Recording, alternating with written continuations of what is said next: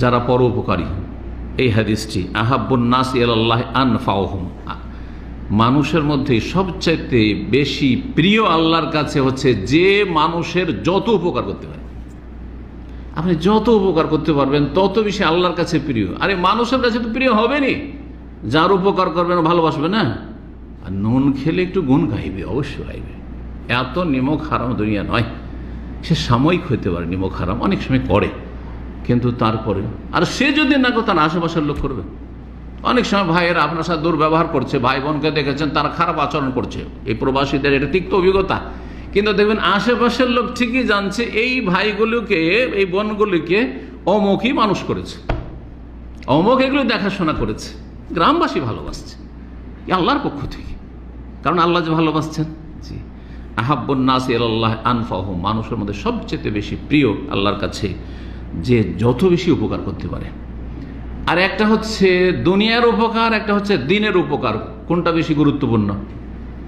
1 কোটি টাকা যদি আপনাকে কেউ দেয়, আর একজন 1টা টাকাও দিতে পারলো না, কিন্তু আপনাকে জাহান্নামের রাস্তা থেকে জান্নাতের রাস্তায় লাগিয়েছে। আপনি ছিলেন মাজার পূজায়, আপনি ছিলেন মূর্তি পূজায়, হিন্দুর সন্তান, আপনি ছিলেন খ্রিস্টানের সন্তান, হ্যাঁ, নাস্তিক পরিবারের, আপনি ছিলেন বিদআতপন্থী, আপনার কোরআন সুন্নাহর রাস্তায় লাগিয়েছে তার ইলম দিয়ে, আপনাকে জান্নাতের রাস্তায় লাগিয়েছে। কে বেশি উপকার করলো? যে 1 কোটি টাকা দিয়েছে আপনার জন্য জান্নাতে নিশ্চিত করতে পেরেছে? পারেনি। 1 কোটি টাকা কেন, সারা দুনিয়া যদি দিয়ে দেয়, কিন্তু আপনি হেদায়েত না পান, হেদায়েতের রাস্তা, জান্নাতের রাস্তা না পান, তাহলে আপনি জাহান্নামী। শেষ পরিণাম জাহান্নামী। ফেরাউন জাহান্নামী, কারণ হামান সব জাহান্নামী।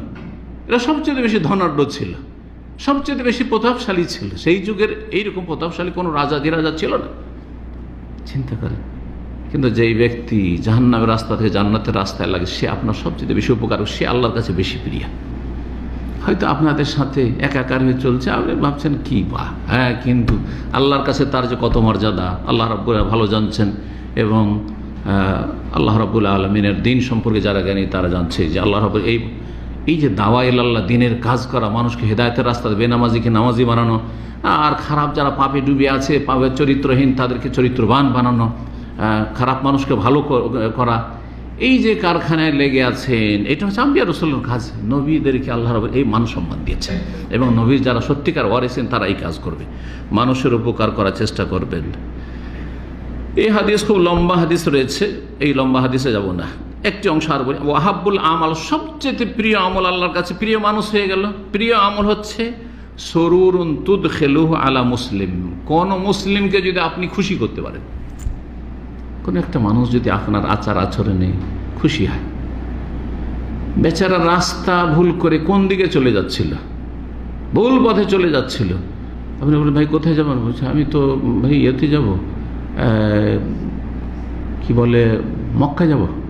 বুঝলো, আপনি তো মক্কার রাস্তা না, আপনি তো জোবেল ধরে এইদিকে, তো আপনি কুয়েতের রাস্তা ধরেছেন, আর না হয় কুয়েত, না হয় আপনি অন্য দিকে এরাক অথবা ওইদিকে আপনার জর্ডন, ওইদিকে চলে যাবেন, ওই রাস্তা ধরে নিয়েছেন আপনি।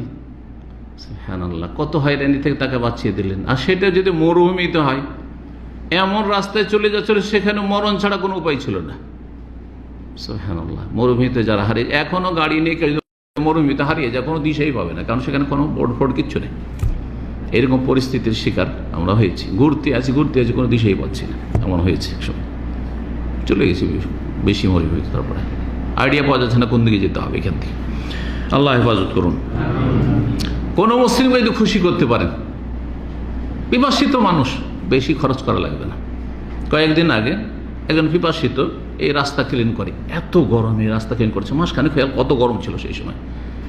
তো একজন টেলারের কাছে আমি দাঁড়িয়ে আছি, আর ওই সময় টেলার ভাইকে বলছে যে ভাই আপনার কাছে একটু পানি আছে, আমার এই খালি বোতল নিয়ে এসে পানি ভরে দেবেন। 1টা রিয়াল দিয়ে পানি কিনা তার জন্য কষ্টকর, 1টা রিয়ালের অনেক দাম তার কাছে, 30 টাকা দেশের হিসাব করছে। সুবহানাল্লাহ, আমার কাছে গাড়িতে তখনই নেমেছি, আর ঠান্ডা পানি ছিল, 2টো পানি নিয়ে গেছি, একটা বড় ছেলে, একটা ছোট, আমার ছেলের সাথে ছিল। তো দুজন এই নিয়তে নিয়ে গেছি যে বাপ ছেলে আছি, 2টো পানি। আমি বললাম যে যাও বড় পানিটা তাড়াতাড়ি এনে দাও। সুবহানাল্লাহ, কত খুশি হলো সে, চিন্তা করুন তো দেখি। একটা উদাহরণ, এইভাবে আপনি অনেক কিছুই করতে পারেন, ইচ্ছা করলে অনেক কিছু করতে পারেন। আল্লাহ রাব্বুল আলামিন তৌফিক দান করুন। সেই লোকটা কত খুশি হবে চিন্তা করুন তো। কত পিপাসা হয়তো তাকে লেগেছিল।